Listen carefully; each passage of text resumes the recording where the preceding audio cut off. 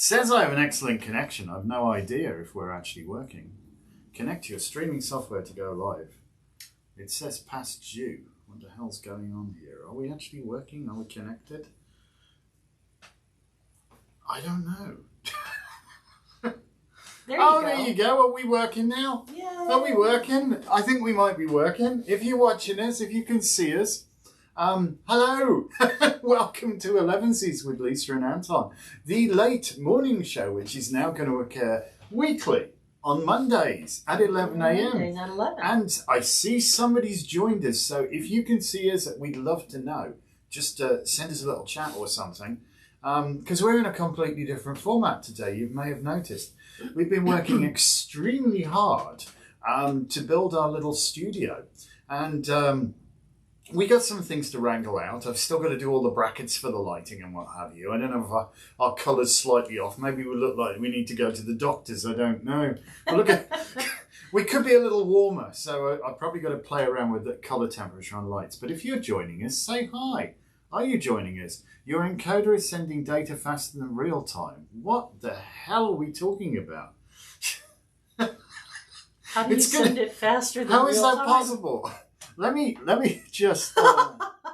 you must open the widget. Open a widget? Oh, gosh, what's going on here? Oh, yeah. Hold on a second. Let's see whether we're getting anywhere. It's obviously being a right royal pain in the butt at the moment. We'll figure it out.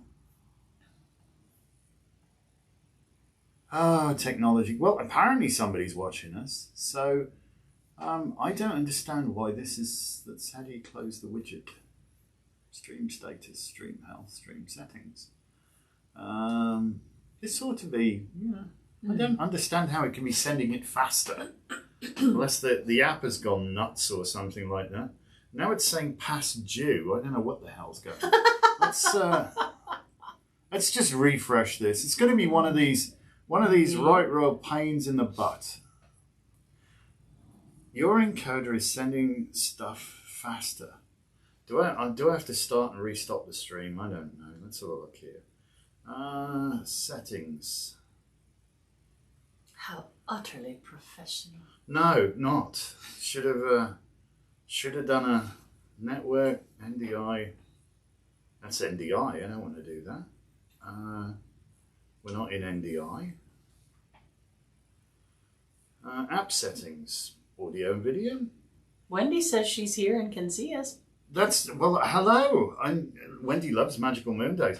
We'd love to know what the hell's going on. We've got frame settings, advanced sizing. It's so weird we're having technical problems. Well, could you imagine having that? I wonder if you're seeing us with pauses or buffering or what's going on, because it claims. It tells us that our thing is sending images faster. It's recording encoder frame rate. It doesn't say anything. Good morning, John. Anything wrong with the frame rate? I think we're okay because people are talking to us. Well, if we're working, we're working. Good morning. Well, we'll just assume that it's working, and if it's not working, we apologise.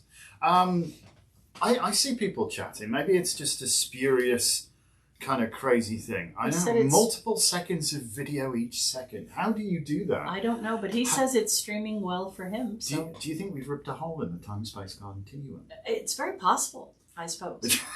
Well, anyway, we have switched over to our new format. And I'm having coffee. Which means that we are going to be doing Elevensies once a week on Monday. And it might be a little bit of a longer show than usual. Yes. But we want to talk about, what's coming up astrologically for that week or the season, and have it be like a little mini workshop like it has been in the past. And then, of course, we'll give you a card for the week at the end. So we all know that we have seen the beauty of this beautiful Gemini full moon. Oh, yes. A fantastic full moon. She was gorgeous last night. Cold but gorgeous. Cold. Gorgeous. It's known as the cold moon. That'll probably be it then. It was cold. And when you run a chart for an event, right? You run a chart for the event, you can see predictions about that time.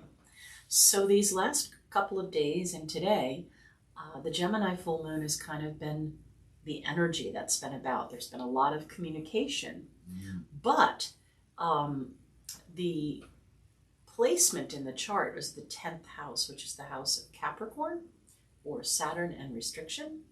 And we'll talk a little bit more about that when we talk about the solstice, but you might have noticed there was a lot of chatter on the intertubes these last couple of days about domestic restriction. Domestic restriction? Oh no, you're going to lock me in the kitchen. No, but we did hear a lot about the pandemic. We've heard a lot about, I know what you mean. you know, isolation and being safe and, you know, things that could impact energies of Capricorn, which 10th house career, right, and opposing 4th house, house of home.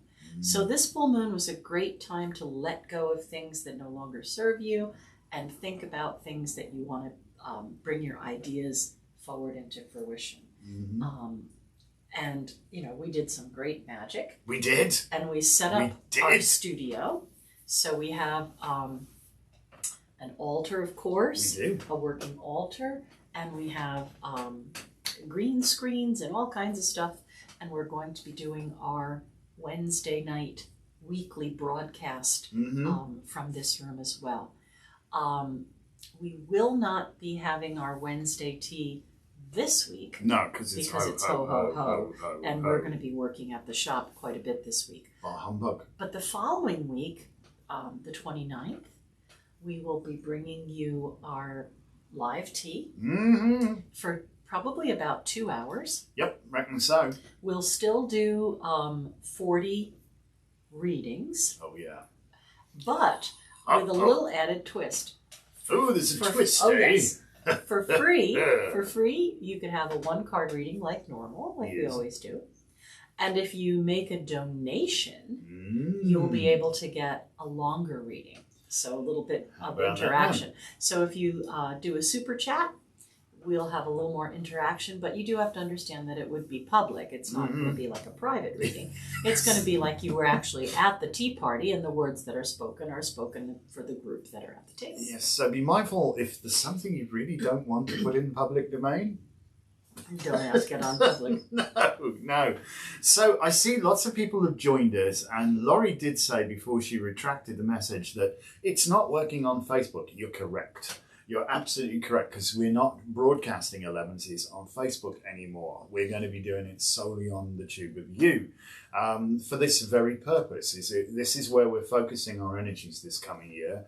And we really are going to be doing quite a bit of programming on YouTube. And you're going to see different series. We're working on a few different things. Oh, there's got many plates on sticks at the moment, let me tell you. Because, you know, we had decided that we wanted to expand and possibly open a second store. And then we thought, well, after we looked around, we decided to put the money into the store we already have and do some renovations. And we've talked about that before, that we're going to redo the basement and make it like our packing station, things like that. Get some storage down there. For people who have been in, you may have noticed that our inventory has doubled.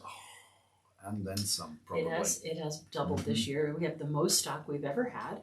But that's because our website is going to be the second store that we've invested in. And part of that website is social media. So we're going to be putting a lot more into YouTube and other things. Watch this space. And overhaul our website so that everything starts working together a little better. Our poor website has kind of been a neglected child for a long time. It's almost been the forgotten child, hasn't it, really? Yeah. It's you know what it is, when you're always you're running around putting out fires, it's a hard time to spend, some time working on fire prevention. But we're really trying to work on getting our proverbial act together this year.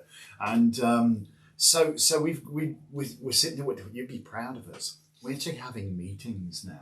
We're sitting down and we're planning things out. And we're getting into we're almost like doing this bloody professionally, because like we need a channel trailer for our series, so we've been working on that. Yeah, we recorded some voiceovers for the intro. Exactly. Both Lisa and I have done our own version of that, and then we worked on a musical bed to go behind that. I've done my musical bed and voiceovers so far. Lisa's got to be done. Then we've got to cut together a whole slew of shots to kind of to actually with what go. We're saying, right? And all this, you think about the hours of work that go into. Well, it's like renovating and setting up a second store, isn't it? They are, but our intros are what, like 38 seconds long, something like that. I think that's what it is. They're only 38 seconds. And so far, I would say collectively between us, we put more than 4 hours into those 38 seconds. And we're nowhere near done yet. Nowhere near done. You have to like an outline and a storyboard and all those kind of things. And thankfully, we're not afraid of that kind of stuff, although it can be, for me, very frustrating because, computers are not my best friend. But anyway. Oh, I was having a you'd have laughed. I was having a little fit of pee because things change a little bit. And you get used to working in a particular thing, and audio editing in Final Cut is completely different from high-end audio editing in Logic. And whilst okay, I want to split it at playhead, so in that's Command B. It's dead easy for the blade tool in Final Cut. Oh no, it's not that in Logic. Command B. What did you just do? No. And so you learn your shortcuts, and unfortunately you wind up doing something like nuts.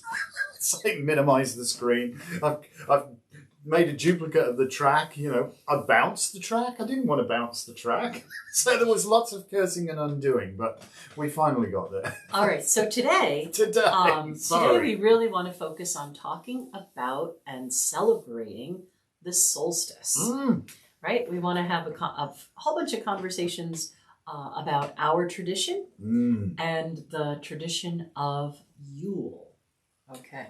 So we have been able to gather for our Wheel of the Year celebrations and our Sabbats on Zoom. Oh, yes. But that's been a little bit restrictive as far as what actually comes out of the plan.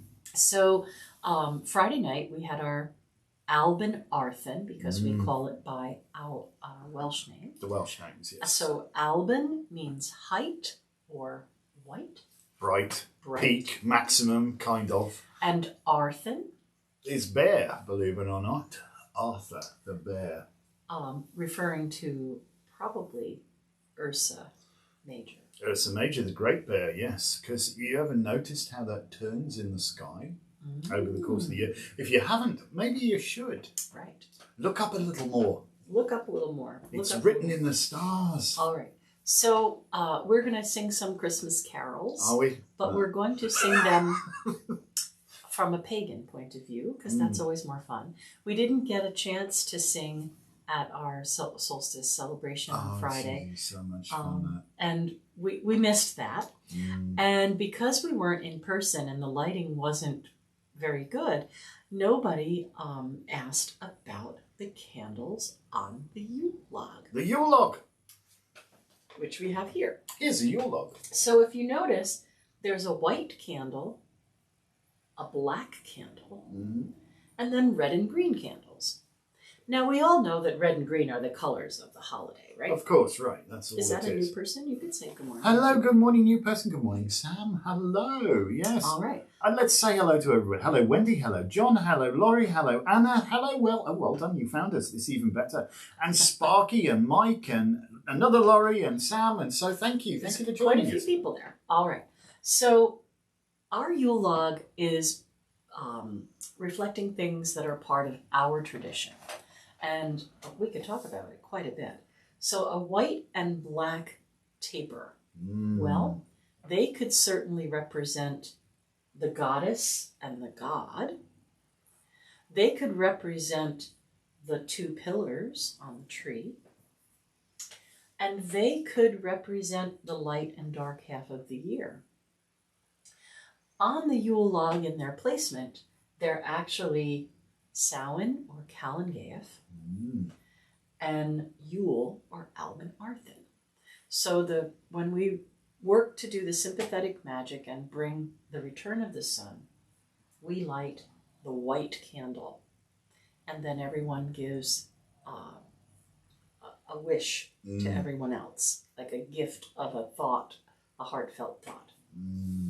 Well, typically when we do it in person, this is one of the things we miss so much. You light the other we person. light a person's candle and give them a wish, and it all comes For the first from candle is the lit candle from that's that been candle. lit. Yeah. And it's like this spreading and this coming back of light. And it's a very evocative thing if you think about it, because we know, although you can't see yet, we've still got the brutal winter to go. The longest night has passed.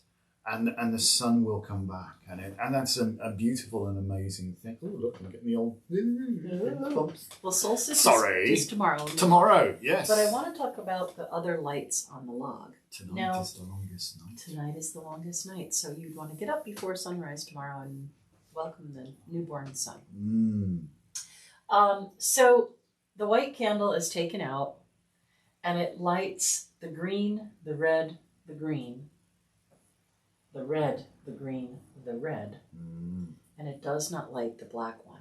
Why? Why don't we light the black one? Well, first let's talk about why are there red and green candles? Why are there red and green candles? Well, for those of you who have taken Craft of the Wise and looked at the Wheel of the Year from our perspective, you might have remembered us saying that there are 4 solar Sabbats that have to do with the sun, connected to the energy of fire, and that there are 4 terrestrial Sabbats connected to agriculture and the earth, or the mother. So those are the greater Sabbats.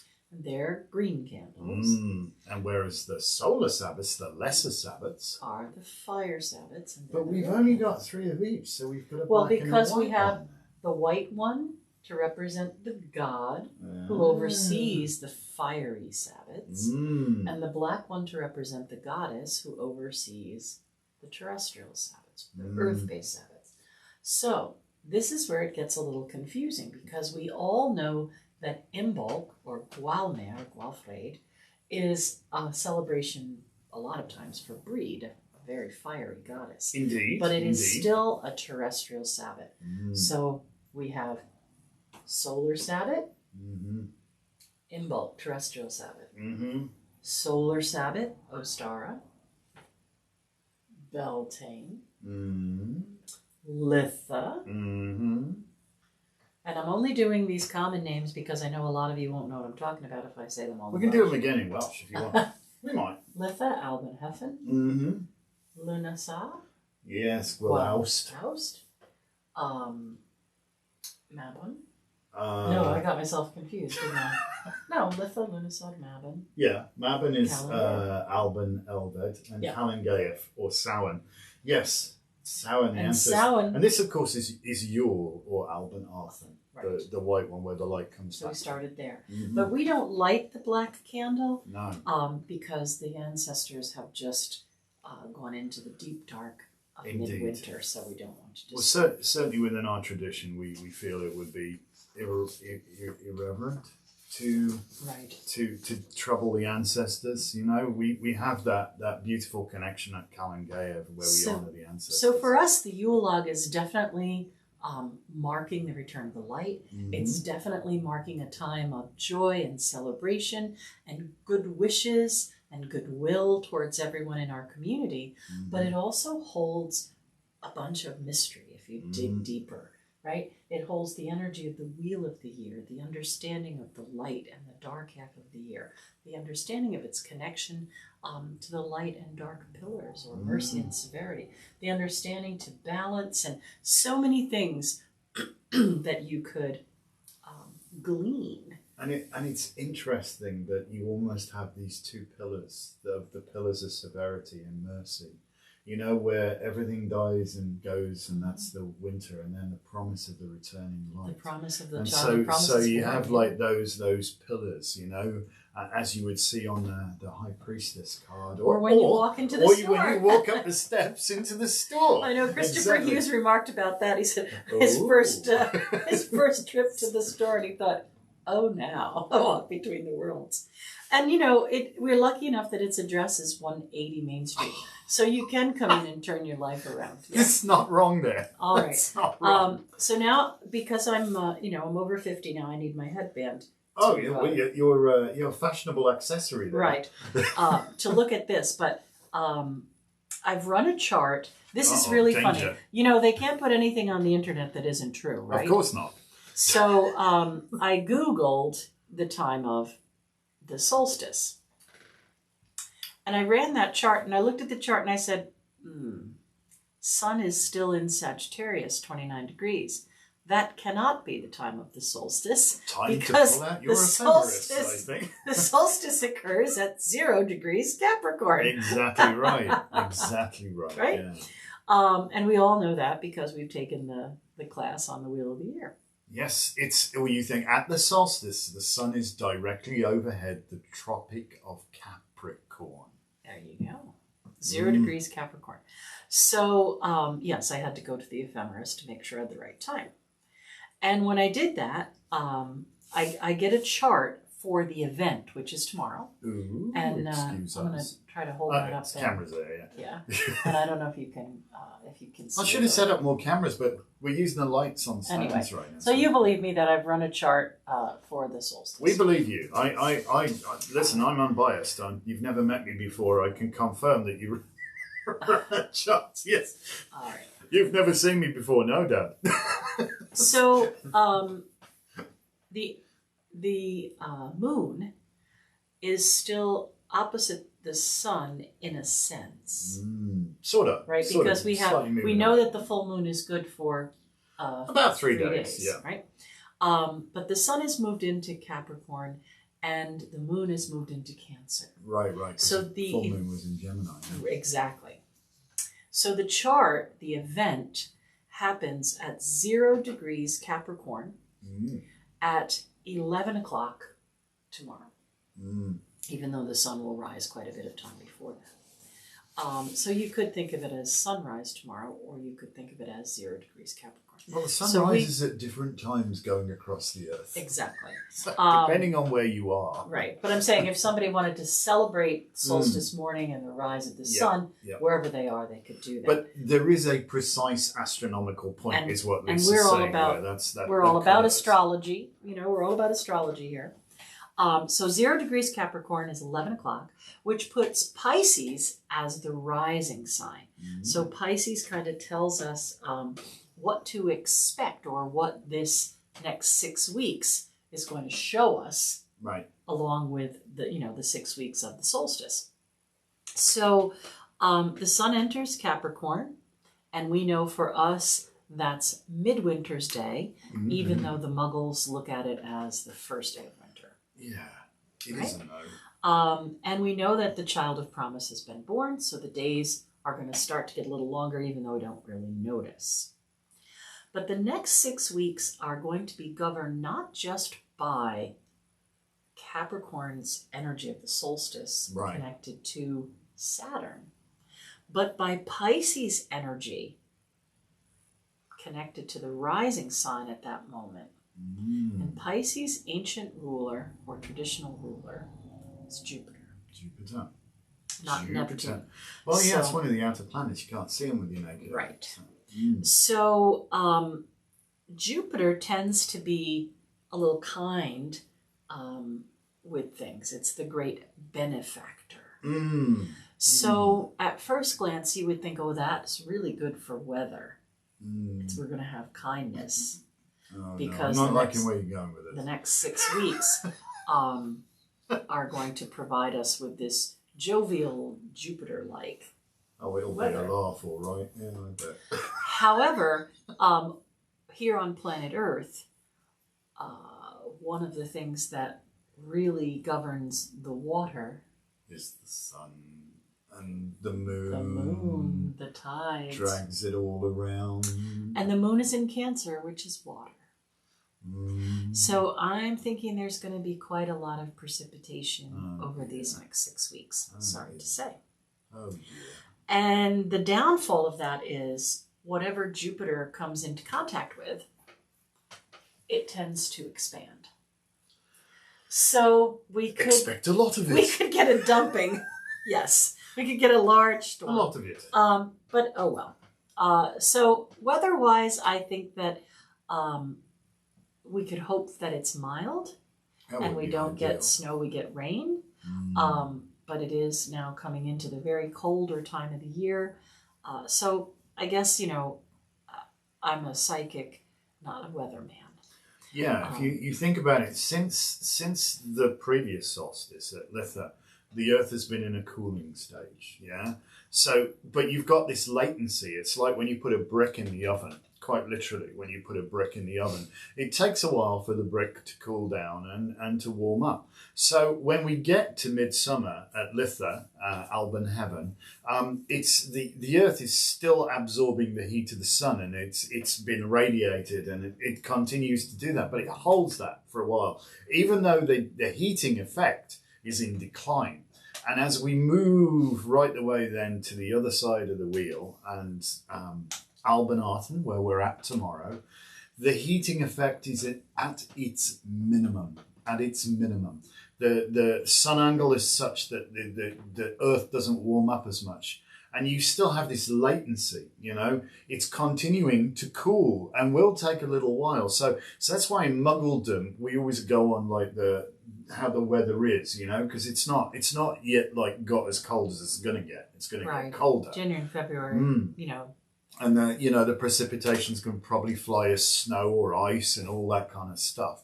And it won't really, until we start to get the higher sun angle as we get into sort of March and what have you, where it can really burn off any precipitation quickly, what have you, then we start to think about spring. But for us, astrologically, we move into Gwilmare, beginning of February. Yes. At 15 degrees. 15 degrees Aquarius. That is actually for us astronomically or astrologically the first day of spring. So it's kind of, I know it's slightly confusing, but we lag behind on Earth. We lag behind on a lot of things. That's right. For sure. So but anyway, I'll be talking more about this kind of stuff for the tarot scopes that I'm putting out. But Pam was in the other day. Pam is usually here. I don't know what happened to her today. But she had asked me, what's going on with the Venus retrograde? And Venus is retrograde in Capricorn. And that again kind of puts this focus on domestic, confinement. Confliction. Confliction? So Venus is the planet of love, and it does rule emotions.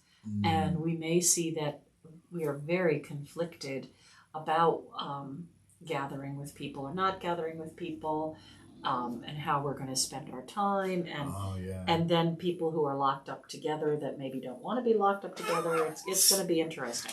Yes, get cabin fever before you know it. And these first 2 weeks of January are going to be a little foggy because it's the first 2 weeks before Mercury goes retrograde. Oh, sure. And Mercury will also be retrograde in Capricorn. It's like poor bloody Capricorns. You have this rat pack of Venus and Mercury that they kind of never go more than 2 signs away from the sun. So, yeah. Capricorn's a bit maligned, isn't it? They people think they're very cold and very distant, but they're extraordinarily emotional people. I know this. And Saturn is the planet of restriction, and Mercury is how we communicate. And there's going to be like that added restriction. It's in there, and it's deep. and now it appears to be going backwards. So our relief will be that Mars is moving out of Scorpio, so we don't have that. And it's moving into Sag, so that's a little lighter, happier kind of energy. And for those of you who do follow the outer planets, Uranus will be going direct in Taurus towards the end of January. So that will be helpful too, and we might be able to have a little bit of luxury there. So we're saying not quite so chaotic then. Right, but I'll obviously I will write the tarot scopes for the coming month. Yes. And we'll deliver them on the 29th. And why not? But we really want to have a little bit of a celebration today and talk about some interesting things. Oh, goodness gracious me, yeah. Now. We'll give it a go. I have been known, I gave you one of these too. Oh, you did? I have been Oh, known yes, you did. To teach a class about Yule or Albin Arthen. Years. That was a 2-hour course, believe it or not. Ah. And I talked about all kinds of things like Sol Invictus and Mithras and Solstice. The time of misrule. Yeah, Saturnalia. Oh, I love those. Yeah. I love them. Solstice, we know that Sol or Sol Invictus. Good morning, Sparky says, my Venus is in Capricorn. Well, then you try to hold yourself back.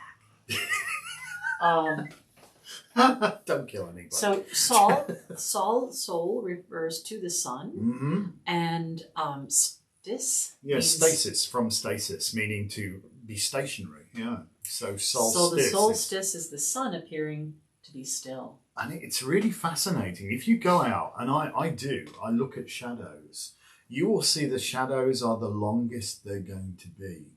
And for a period of 3 days around the solstice, those shadows do not move. You could go and put a peg in the ground, at a point, and you could look at that shadow, and it's not going to move. It's going to stay exactly where it is. So it appears the sun has stopped moving along the ecliptic, that is, which is its journey between the two tropics. Yeah, but it appears to have stopped because it's got to the.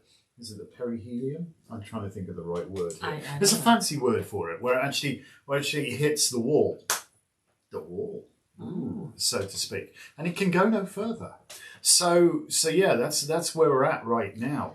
And it looks like the sun has died, maybe, at this point, Is it never coming back? What we got all sorts of people. This explanation of the chart is incredibly helpful. Well, that's how we discern our tarot scopes anyway. Stick around, because we're doing a lot more of that. If we're going to write a natal chart for our personal use, right, of our own birth, why not write a chart for astronomical events and glean what they're predicting? And that's how you write horoscopes. So you could, if you wanted, take our astrology class. It starts next month if you want to learn how we do this. Astrology.awarenessshop.com will give you all of the details of that. We got a little landing page, astrology.awarenessshop.com. You should have 3 S's together.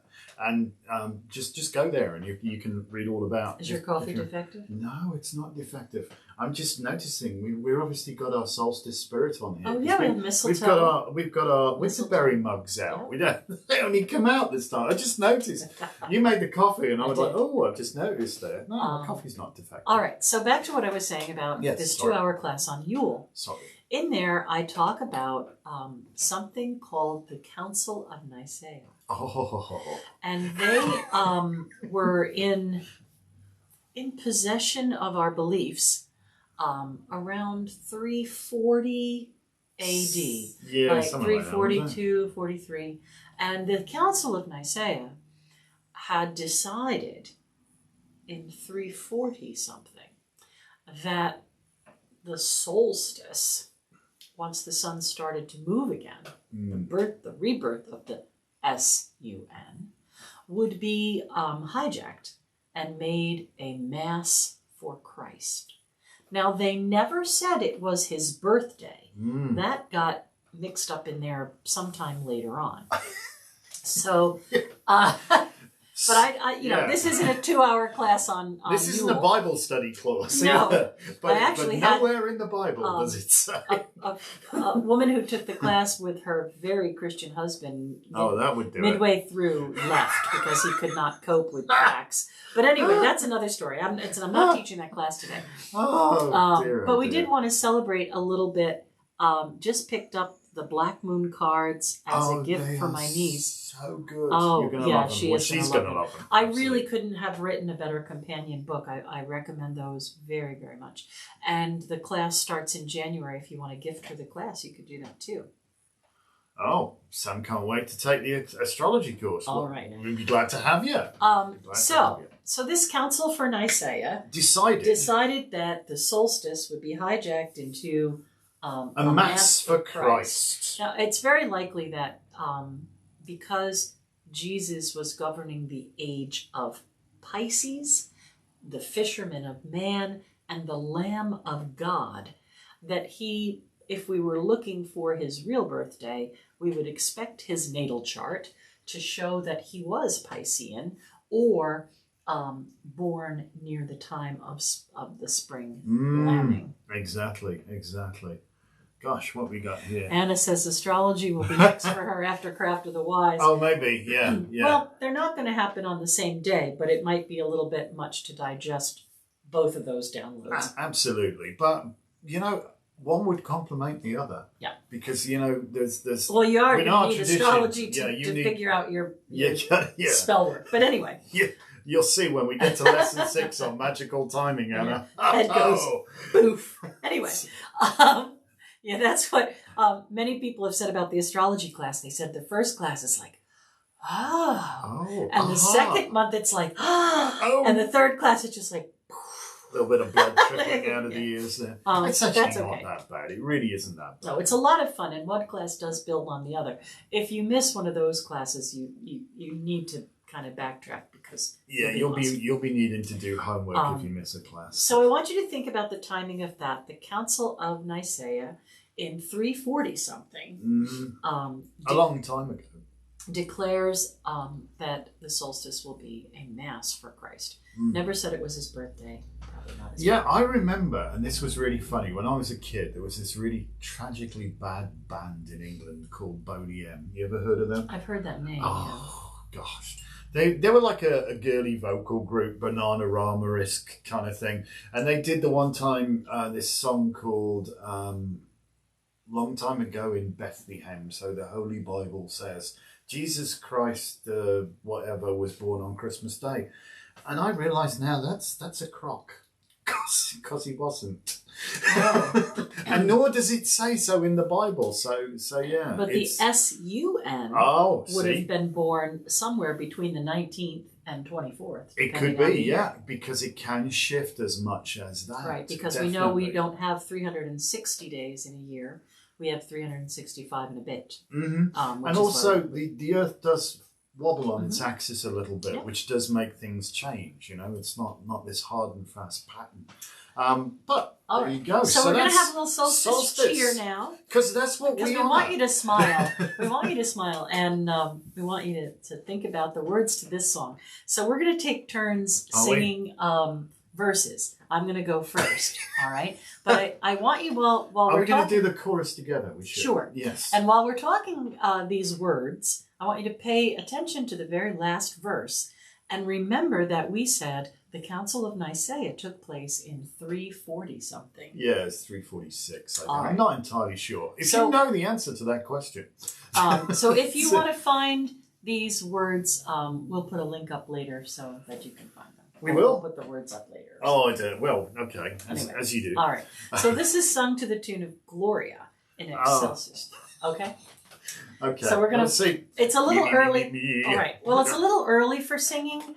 Most folks who know us know that we're second shifters because we are old musos who would gig until 4 a.m.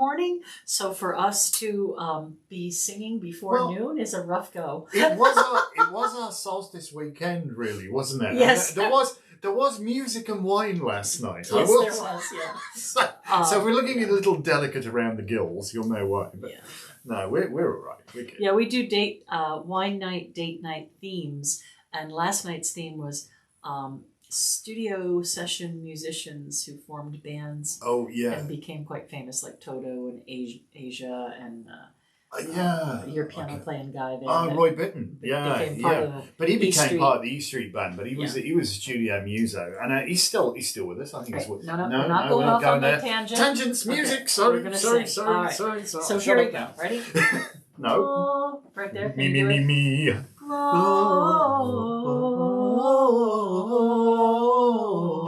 Glorious Christmas time is pagan.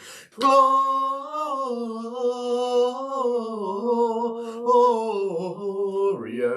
Christmas time is pagan. Christmas time is here again. Decorations everywhere, Christmas carols ringing out, Gentle pagans, we don't care. Glorious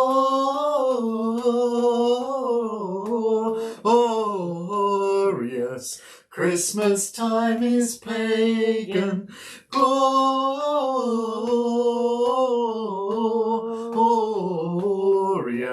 Christmas time is pagan. Modern folks all celebrate what they learned in Sunday school. In December they don't know, they are celebrating Yule. Glorious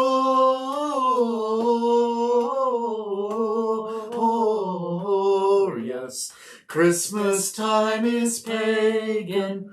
Glorious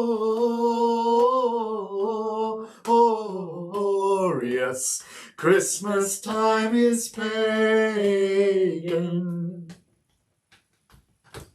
Let them have their Christmas trees decked in red and green and blue. We rejoice at every one. Christmas trees are pagan too. Glorious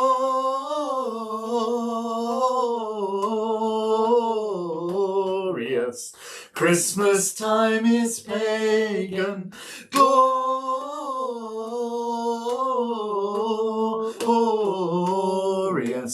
Christmas time is pagan. Bowls of bubbly Christmas cheer, fill your cup and quench your thirst. They think the tradition's theirs, wassail bowls were pagan first. Glorious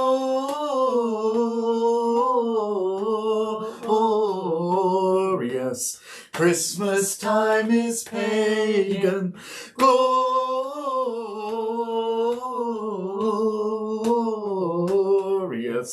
Christmas time is pagan. Every door and window bears wreaths of holly, wreaths of pine. Circles represent the sun. Every wreath is yours and mine. Glorious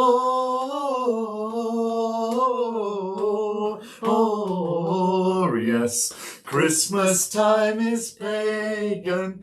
Glorious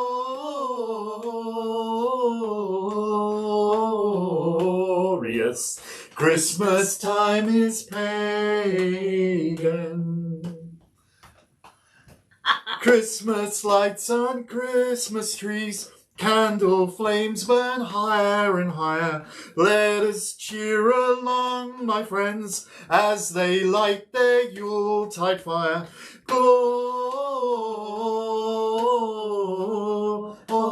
Glorious Christmas time is pagan. Glorious Christmas time is pagan. We'll do it together. There's a possibility that this song is yours and mine, 'cause the tune was known to all back in AD 129. Glorious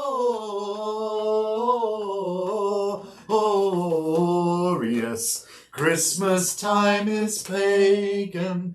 Glorious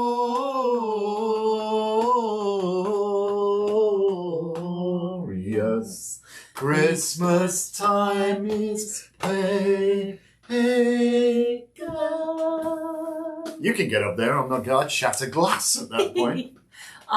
Lordy, excuse me. So we do understand. That's interesting. Like, right? The tune is from AD 129, but it didn't become a Mass for Christ kind of song until the 340s. Yeah, it probably wasn't even in English, though. Well, certainly wouldn't have had those lyrics. Latin, yeah.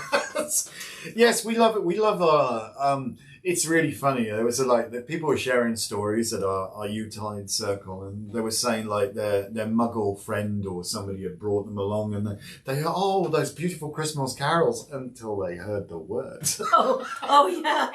I love it. I love it. I love Yeah. it. So But no, we honour everybody's faith. I mean, we've got no downer on people who choose not to at all. follow No, a you can Christian believe whatever you path. want Not to. at all. We're But just trying to give you set the record straight. set the record straight and give you a foundation if you are challenged this time of year for your beliefs. So the next thing I want to talk about is something called the 12 Days of Christmas. Oh, Lordy. Now, that would bring us into January 6th, the little Christmas or the Epiphany. Oh, the Epiphany. Right. But think about the 12 days of Christmas. Why 12 then?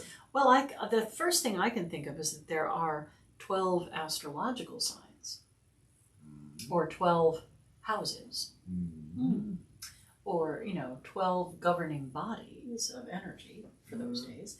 And you could certainly Google the 12 Days of Christmas and look at all of the history of that. And then we know that there's that song. Oh, Lordy. Right. Are we singing again? Maybe. We're going to be scaring people off. We Maybe. can just do the one book, can't we? Yeah. No. All right. So now, the 12 Days of Christmas, if we think about the 12 zodiac signs, or the 12 houses in astrology, and we think about, right, we've got, well, I wanted to go forwards, but it's a little harder. We've got a partridge in a pear tree, and that's Aries. Well, Is it? yeah, that's Aries. Partridge in a pear tree is Aries. Okay. It is. It's the first sign in zodiac. It's the Oh, first right. house. So this just I was going to say you're going to enlighten me with a partridge in a minute. What's the No, I'm going to enlighten you with the pear tree that's Ostara, 0 degrees Aries. Ah, the pear tree. Ostara, 0 degrees Aries. So Right. the partridge uses a ruse. Right. So, Although they often come 2 turtle doves, Yeah.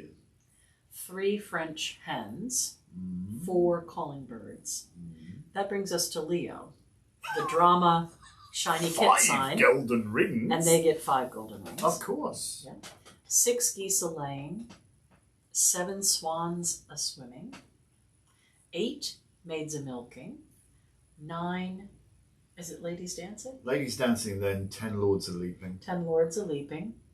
Is it? No, I can't. The lords a leaping are there for, Then is it one's drummers Lord- drumming and something else? well, 11 pipers piping, 11 because pipers Aquarius is an piping. air sign. Ah. They're 11 pipers piping. But the lords a leaping are Mm. leaping the year, Mm. right? From solstice to solstice.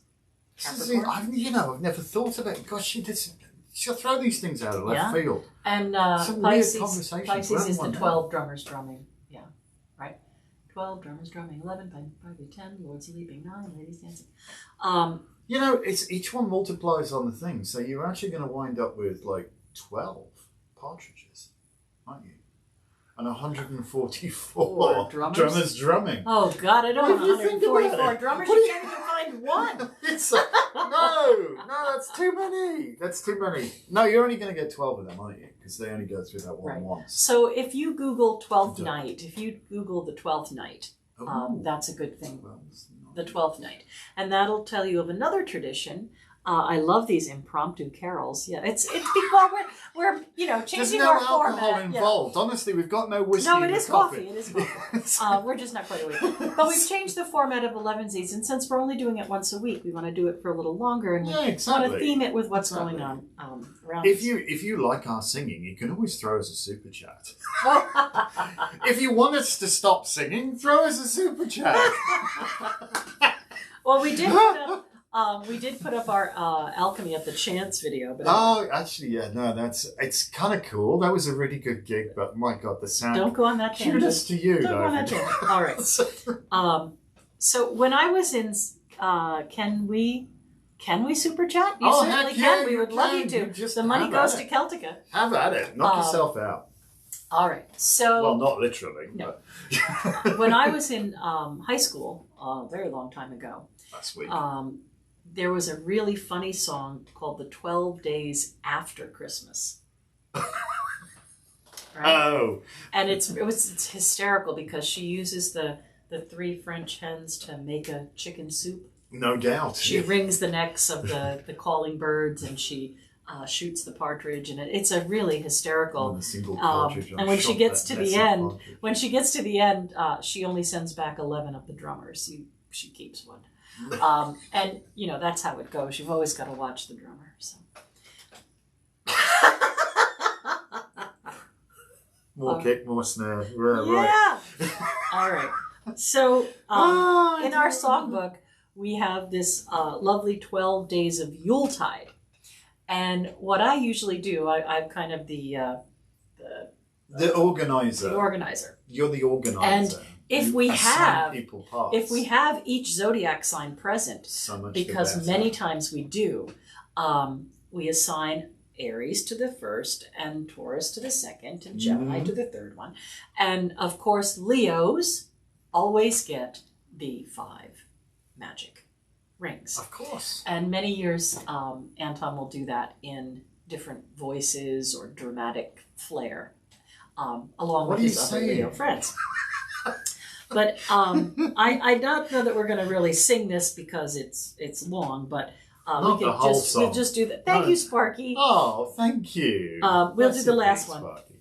On the 12th day of Yuletide, my true love gave to me 12 witches dancing, 11 brooms are flying, 10 stones are standing, 9 herbs are brewing, 8 fires blazing, 7 candles glowing, 6 critters fetching, 5 magic rings,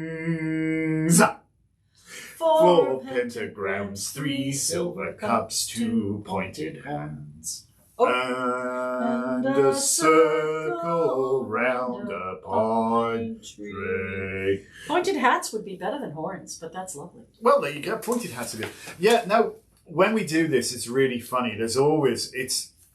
We're such a magical, wonderful, dysfunctional family circle. And the very first time I told this, when we were talking about stories of how you remember Yule, my very, very, very first circle I ever went to was in December 1998. It was a Yule circle. And there was lots of different people there back then that aren't there now. They've all scattered out to the winds all over the place. And it was absolutely amazing. But they started singing. I thought, oh, this is cool.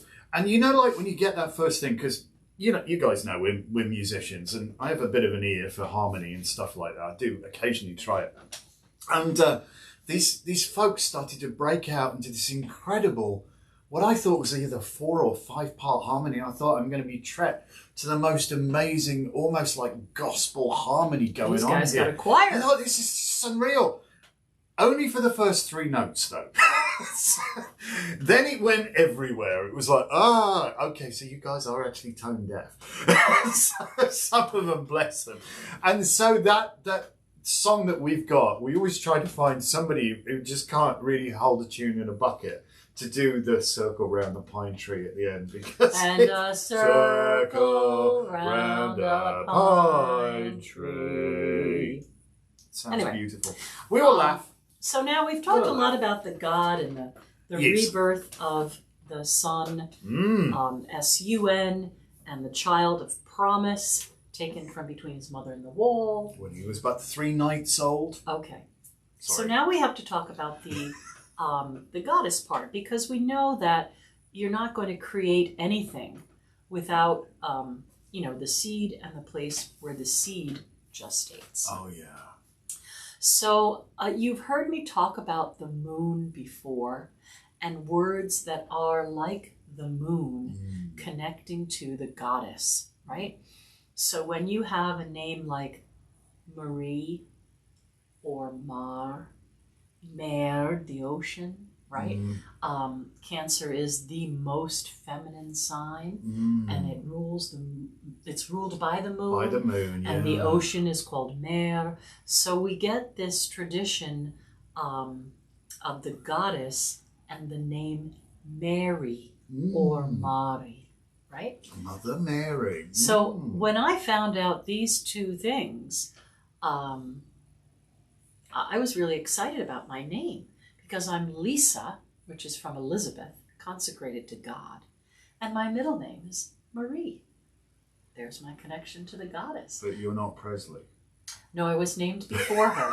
My mother always joked that that Elvis Presley stole the name she chose for her child for his. I'm older than Lisa Marie Presley, but I love that, you know, when you find out entomology about names and things like that, it does become very magical. So, in our tradition, again, the Stuart tradition, steeped in Welsh Celtic folklore, we honor this time of year. I'm going to grab her. I am. The Mari Lloyd. Now, in our tradition, we wake the Mari at the Taurus full moon. Again, Mari, Mary, Mare, moon. So the Taurus full moon is known as the mourning moon, M-O-U-R-N, to mourn the ancestors. So we always wake the Mari at the morning moon, and she's awake until the Leo full moon, and that is the barren moon. Barren she moon. goes back to sleep. Oh, she's also known as Rattling Womb. Rattling womb, yes.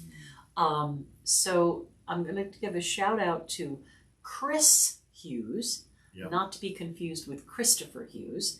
Chris Hughes with a K is a woman who has a YouTube station. If you want to go over there later, you can find that she has posted the song of the Mari Lloyd by a fellow called Chris Wood. So it's a very difficult song to sing. I'm not quite sure how good it's going to be this morning. Well, what's the worst? But we're going to give it a go. Anyway, the first year that Christopher Hughes came to visit us, it was December 2014. And he was there for our solstice, our Yule celebration. Stayed quite a while with us. We really were enthralled with him. And being Welsh, he has a wonderful singing voice. Of course he does. And he beautiful voice. Brought with him the most amazing gift of the story of the Mari Lloyd. And ever since then, we've incorporated this into our celebrations. So it's variously called the newest old tradition in Wales or the oldest new tradition in Wales, because it's making quite a comeback. It was the goddess is alive, and the old gods are stirring, and she wants to be recognized again. And you know, when you start to dig, you just find so many incredible things. I lost my train. I was going to say. It was my fault, wasn't it? So we've been incorporating the Mari Lloyd since then, and it's a very beautiful story, is what you were going to say. And I was going to say there wasn't a dry eye. No. But he brought us this incredible gift, the knowledge of the Mari. And she's very much connected to Rhiannon, because we know in the story of Rhiannon in the first branch that the reason Pwyth cannot catch her is because she is the moon. So we see Rhiannon as the beautiful maiden. We see her with the three birds that sing across the deep or the winter. We see her as the pregnant mare, because we hear the story of the foal that is stolen in that story, and her being subject to this suffering. And then we see her connection to the Mari Lloyd, the skeletal horse. The Winter Queen. The Winter Queen. All right, I don't know how I'm going to do it, but... Give it a go. Because we have no music, so how do you keep a tune? The hooded horse, the Mari dun, old bone face, the deathless eye, heavy with full 2,000 years, bridled with sorrow, saddled with tears. I canter through pastures of tremble and quake. I gallop the track between sleep and awake, seeking the deep of welcome and stint for my tears. the mare-headed queen, the Mari Lloyd. I was mother of all of the birds. 10,000 years, my shining foals, bridled with starlight, saddled with gold. I leapt the divide between living and dead. I quickened each year with a toss of my head, seeking the deep of beauty, and never grew old. But Mother of God, the Mary mild, the pregnant Virgin came, bursting with Jehovah's seed, entered my stable, cried out her need. With rope I was dragged from the birthing straw, aching with foal I was heaved to the door, swapping warmth for bitter weather, and the birth of a rival queen. Now I'm Nightmare, the rattling womb, the Uffington wraith I've become. Forced into dark, you've made me a fiend, bridled with shadow, saddled with scream. From window to window, traversing the night, my face in your glass in the shudder of night, seeking the deep of welcome, befitting a queen. Let me in once again, let me in. You're testing out my bass skills. There you go. I can't get I down started that the key right. that was right for me. I didn't know you were going to sing with me. So sorry Low about that. key. All right. How so, low can you go? Yeah. So low. So the Mari Lloyd, she comes in winter, and she asks you if you are prepared for the dark times ahead, and what have you done to be ready. And the song is called a punko. The punko, yes. Yeah? And, I can't do that. No, we can't do that. It's sung in Welsh. And yes, Mike says he saw the ritual on Christopher's Facebook. Christopher Hughes, Anglesey Druid Order, did a wonderful...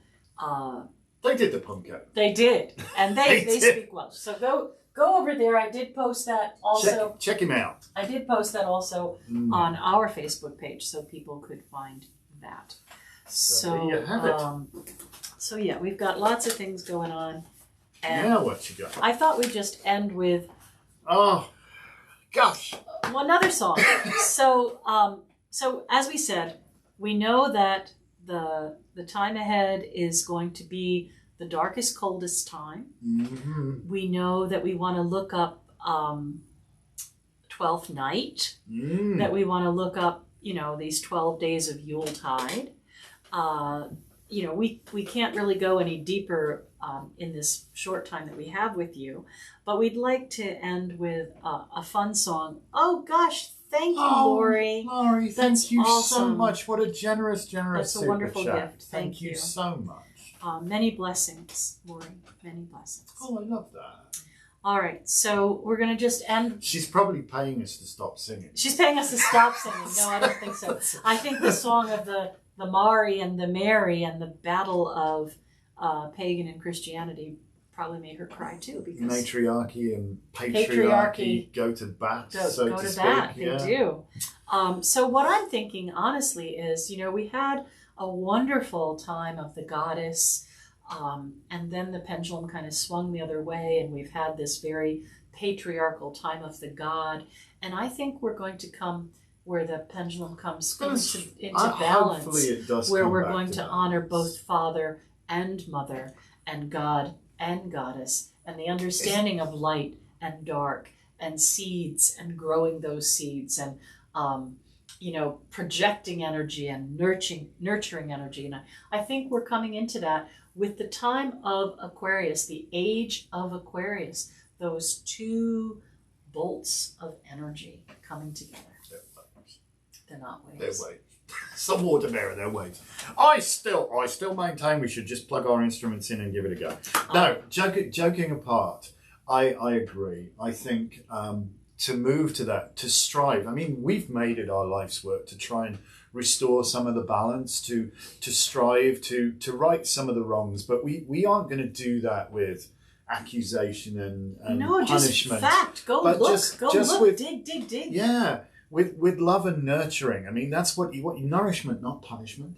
We want to try and bring things back and get in balance with our earth and get in balance with all living things and in harmony.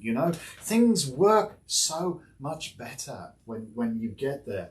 And it's been all too long. I mean, women are not property.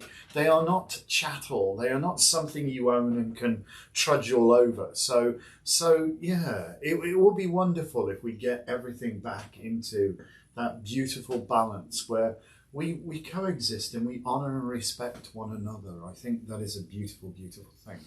So if you could imagine that the story Anton was telling, there was also a story about someone who was Christian who came to pick somebody up who was at our solstice festival.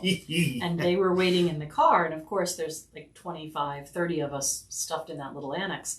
And they could hear the tunes, but they couldn't hear the words. So they were really pleased that the person they were coming to pick up was being involved in somebody with people who were singing Christmas songs. Christmas carols. Or not. Wassailing, isn't it? Okay, that's another thing to look up. All right. Mm-hmm. But yeah, maybe next year things will be different and I'll be able to teach my little Yule class again because there's so much. We talk about everything. We've so got to get the Mari out around New Paltz. We have to. Oh yeah, Anton wants to go door to door with the Mari. Such a beautiful thing, which is so fun. It's a real horse skull that you've cleaned and articulated its jaw so it can nibble at people. Bite them all, Mari. Can you imagine if we go around New Paltz with some dude under a white sheet with a horse's head? Oh yeah, and a wassail bowl, right? Please. And you'll notice too that there's a connection to the May Queen for Rhiannon too. She's part of a celebration. Have you ever thought about this? Just one obvious one, just to throw at you. There's a bride and a groom. Why do you call it a bridal? Why do you call it a groom? Bridal. What's all this about? A bridal and a groom?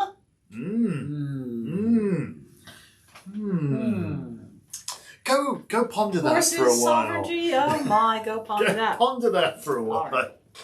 Let's see if we can find a key that works for both of us. Where would you like to start? Oh, I've no idea. Is that good? God rest ye merry pagan folk, let nothing you dismay. Remember that the sun returns upon this solstice day. The growing dark is ended now, and spring is on its way. Oh, tidings of comfort and joy, comfort and joy. Oh, tidings of comfort and joy. Though winter's worst still lies ahead, fierce tempest, snow and rain. Beneath the blanket on the ground, the spark of life remains. The sun's warm rays caress the seeds to raise life's song again. Oh, tidings of comfort and joy, comfort and joy. Oh, tidings of comfort and joy.